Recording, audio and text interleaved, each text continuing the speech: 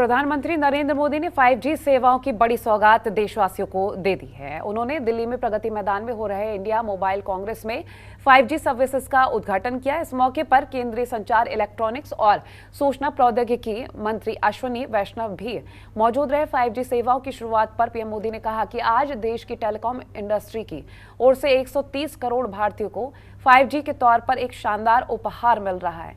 5G देश के द्वार पर एक नए दौर की दस्तक है। बता दें, लॉन्चिंग के साथ भारत भी उन देशों की लिस्ट में शामिल हो जाएगा जहां लेटेस्ट जनरेशन के टेलीकॉम सर्विसेज मिलेंगे। इस मौके पर पीएम मोदी 5G नेटवर्क पर वीडियो कॉल की मदद से महाराष्ट्र में स्कूल के बच्चों से बातचीत भी कर चुके हैं। ये कॉल जियो ने नेटवर्क पर की थी। और इंडियन मोबाइल कांग्रेस की शुरुआत 1 अक्टूबर दिल्ली के प्रगति मैदान में हुई। ये कार्यक्रम 4 अक्टूबर तक चलेगा। इस कार्यक्रम में पीएम मोदी पहुंच चुके हैं और कई कंपनियों को स्टॉल पर उपकरणों के बारे में उनसे जानकारी लेते हुए उन्होंने सारी चीजें समझी हैं। तो ये बीते कल की ही तस्वीर हम आपको दिखा रहे हैं। पीएम मोदी ने जहां कहा कि अब भारत और आगे बढ़ता जा रहा है। 5G सर्विसेज की शुरुआत करते हुए नए भारत के निर्माण की उन्होंने बात कही है। 4G से 10 गुना ज्यादा स्पीड 5G की होने जा रही है। फोन निर्यात करने वाले देश बन गए हैं, एक्सपोर्ट करने वाले देश बन चुके हैं। स्वाभाविक है, इन सारे प्रयासों का प्रभाव डिवाइस की कीमत पर पड़ा है।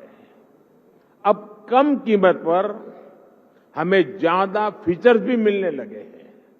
साथियों, डिवाइस कॉस्ट के बाद जो दूसरे पिलर पर हमने काम किया वो है डिजिटल कनेक्टिविटी का।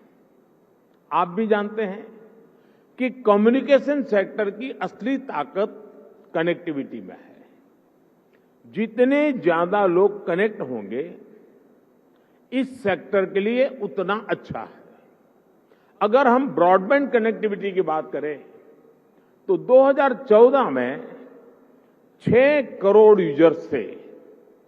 आज इनकी संख्या बढ़कर 80 करोड़ से ज्यादा हो चुकी है। शहरों में इंटरनेट यूजर्स की संख्या के मुकाबले हमारे ग्रामीण क्षेत्रों में इंटरनेट यूजर्स की संख्या तेजी से बढ़ रही है। और उसकी एक खास वजह है, 2014 में जहां देश में 100 से भी कम पंचायतों तक ऑप्टिकल फाइबर पहुंचा था, आज 1,70,000 से भी ज्यादा पंचायतों तक ऑप्टिकल फाइबर पहुंच चुका है। अब कहां 100 और कहां 1,70,000। डेमोक्रेटिक हो गई है, लोकतांत्रिक हो गई है। आपने भी देखा है कि डिजिटल फर्स्ट की हमारी अप्रोच ने कोरोना वैश्विक महामारी के इस दौर में देश के लोगों की कितनी मदद की। दुनिया के बड़े बड़े विकसित देश जब अपने नागरिकों की मदद करने में संघर्ष कर रहे थे, खजाने में रुपये पड़े थे, डॉलर थे, पाउंड थे, सब था, यूरो था, लेकिन और देने का तय भी किया था, लेकिन पहुंचाने का रास्ता नहीं था।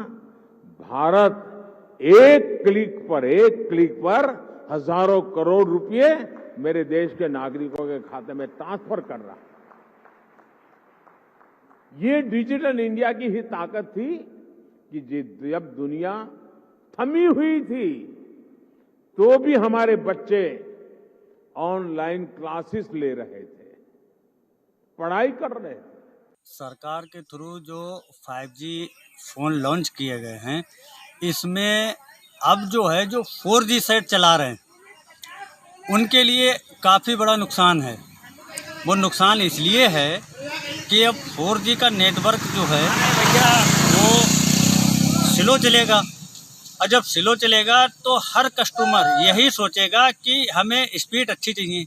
तो इसलिए जो है 5G जो है वो मोबाइल ख़रीदा जाएगा, और इसमें जो है पब्लिक का ही नुकसान है। वो इसलिए है कि उसको अब वो पुराना सेट छोड़ना पड़ेगा, नया सेट यूज करना पड़ेगा। सर्वप्रथम तो देश को बहुत बहुत बधाई देनी चाहिए, आभार व्यक्त करना चाहिए नरेंद्र मोदी जी का, अंबानी जी का, जिन्होंने तकनीकी क्षेत्र में क्रांति के तौर पे 5G लॉन्च किया गया और हम सब देशवासियों को दीपावली के उपलक्ष्य में एक उपहार है। और जो मोबाइल वर्जन, बहुत से मोबाइल आज भी 5G मार्केट में चल रहे हैं, लोगों के हाथ में 5G हैं, उन्हें केवल वर्जन ही अपडेट करना, और जिनका 4G मोबाइल है वो अपना एक्सचेंज ऑफर में सारे फ़ोन एक्सचेंज होकर 5G में कन्वर्ट हो जाएंगे। और किसी प्रकार को जनता को सुविधाएं बहुत हैं 5G आने से। कभी कभी ऐसा होता था कोई फाइल खोल रहे हैं, काफ़ी दिक्कतें हो रही हैं, तो वो सब चीज़ें जब 5G आ जाएगा, इंटरनेट स्पीड तेज़ हो जाएगी और इससे एजुकेशन लेवल भी मेंटेन होगा, लेवल भी बढ़ेगा। बच्चों में पढ़ाई के लिए बहुत सी फाइलें नहीं खुल पाती थी, जो अब 5G आने से काफ़ी सुगमता होगी देश को।